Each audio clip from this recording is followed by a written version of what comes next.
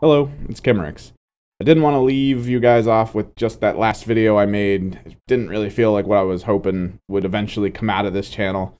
I am happy that I did talk about Kid Cthulhu a little bit, but I mean, it was just a stream recap. I did those all the time. So I wanted to do a little something different here, and since, you know, I misjudged my days, I thought it was Wednesday today, but it's currently Tuesday. This will be going out Wednesday.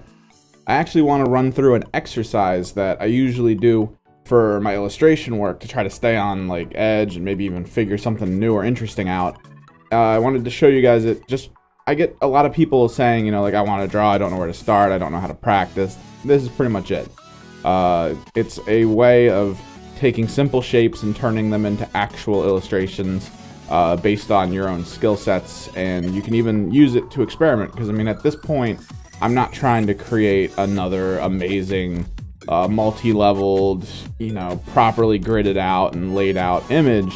Instead, I'm just trying to focus on what would make this image work as a character from these shapes. What kind of benefit could I give him in terms of his features? How can I make him stand out? And it all comes off of pretty much some very simple flowing shapes I'm going to be doing at the beginning. So I'm going to start it up over here on my artboard, and we'll see where we can go with it.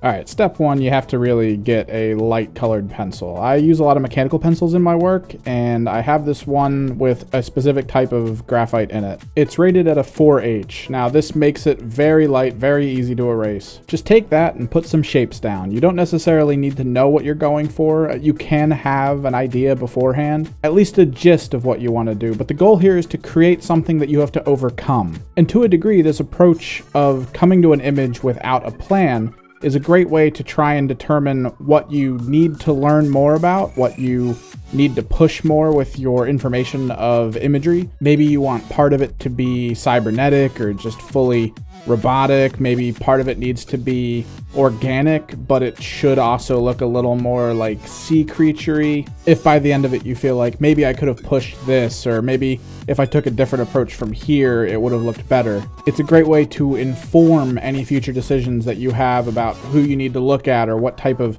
design you need to look at to get used to, so that you can actually generate it for future images. Because at the end of the day, technique is a good idea to learn, but the amount of stuff you can generate that people can look at and go, I fully understand what that is, it's an as important, if not more important, tool. At this point, I've switched up my pencil to an HB. It's actually also a thinner gauge of graphite. I don't often do this in the work that I produce, just because I'm able to achieve the same output with my lighter pencil, and it's just easier after I've inked it. But for this example, I did want to show that you can just go with pencil on it. It's not that big a deal. I don't expect all of you to have just full sets of multi-liner pens or brush pens, colored inks. These are things I've gathered over years, and I mean, I didn't know about them at first, so I shouldn't expect anyone else to, but I think at this point, just a pencil, that's pretty basic for anyone. Maybe if you even have some ballpoint pens lying around, you could toss those into the mix. This is really an experimental thing. I'm not looking to sell this work. It's not a commission for anyone. It's just for my own benefit.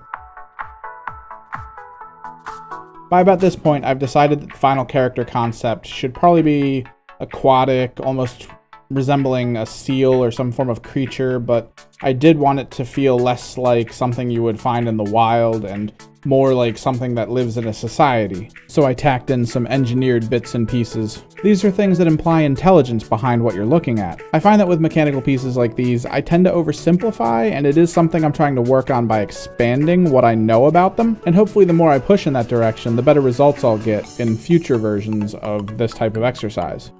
And that's the part in illustration where sketching and learning from others comes into play. If you need to learn how animals look and work and interact with their surroundings, go to a zoo, check out a book from your library, get to sketching things you see in them. I know the internet is a pretty big crutch. You can usually just go check out a YouTube video or do some Google image searching, and that's fine if you have no other options, but never underestimate being there. It tends to be a whole other feeling. It's one thing to capture an image, it's another to capture its essence.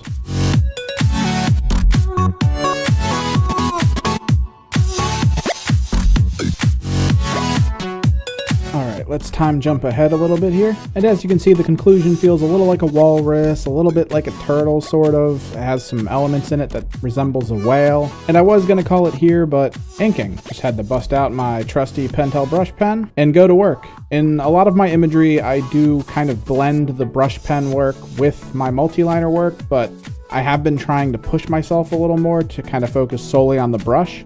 There are benefits to having solid and consistent line work from multi-liners, definitely, but I need to really gain pressure control. In situations where I have to do some quick sketching for people or to just try to produce a piece of work very quickly, the less amount of times I have to change tools, the better. By this point, I did feel that some of the approaches I made weren't probably as strong as they could have been. His hair, for one, I kind of wish I did a whole different thing, but that's why it's important to do this. This is where you make the mistakes before you have to produce something perfect for someone. And now, having wished I condensed this video through one of my side programs, I'm gonna have to make a little skip again, or else you'd be kind of sitting here for a little while. Just have to write that down. Remember to create time leap reel. This channel's still a learning process for me, of course, so just please bear with me for a little bit.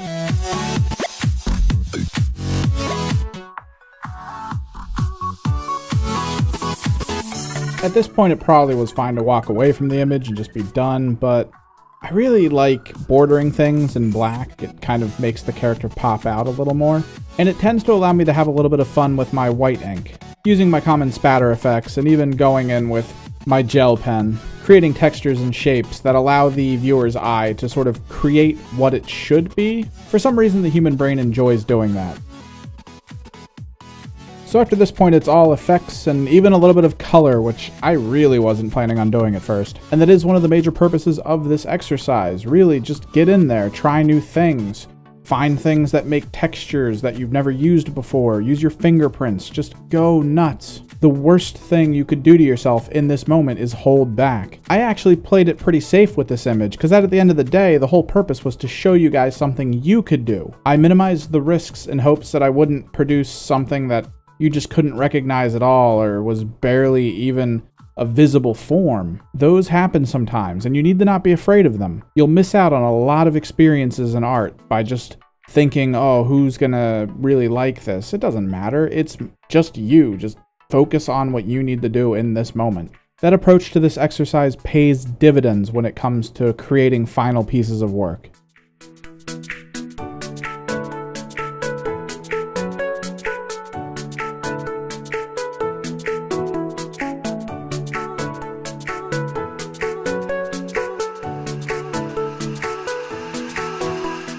And that about covers that exercise. I got all inked up and stuff throughout that whole thing. It's a little bit of the collateral damage of using that type of medium. But yeah, it's a little whale-like seal type. Oh god, I'll try to have a better picture of it.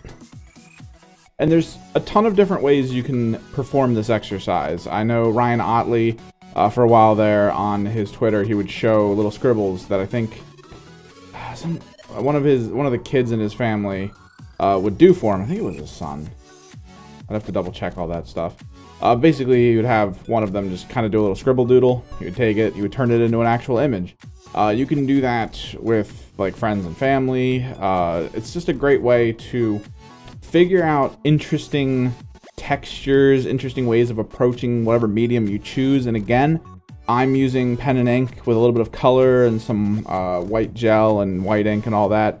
That's kind of where my style's been going. You could also use, I probably would use actually, marker.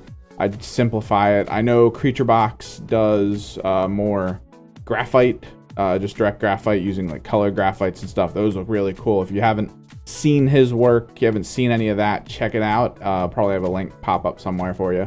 Most likely in the description below. I think annotations don't like allow me to do any of that, which I still hate. So hopefully this makes up a little for the video I posted as well today. I mean, that video was kind of simple, just a quick recap. This one I actually wanted to show you guys something that even you could do. The people who always say, you know, like, oh, I want to draw, I don't know where to start. It's this. It's an approach that I've always liked because it reminds me that as an illustrator, I'm just as much a sculptor as anything else. Taking simple shapes and then twisting and converting and cutting away at using line to just generate an object that actually feels like a thing. That's what it always comes down to. How readable is what you're doing as something else? So if you like what you saw here, don't forget to hit that subscribe button. I'll try to bring more content like this to you in the future. And maybe if you're inspired by this, you can always, do this. Take pictures of it and even post links to them down in the chat below so I can check out your work as well. Who knows, in the next video I might even broadcast it up front. Try to get a little more community interaction going. Either way, thanks for watching. I hope you learned something, and I'll see you all next time.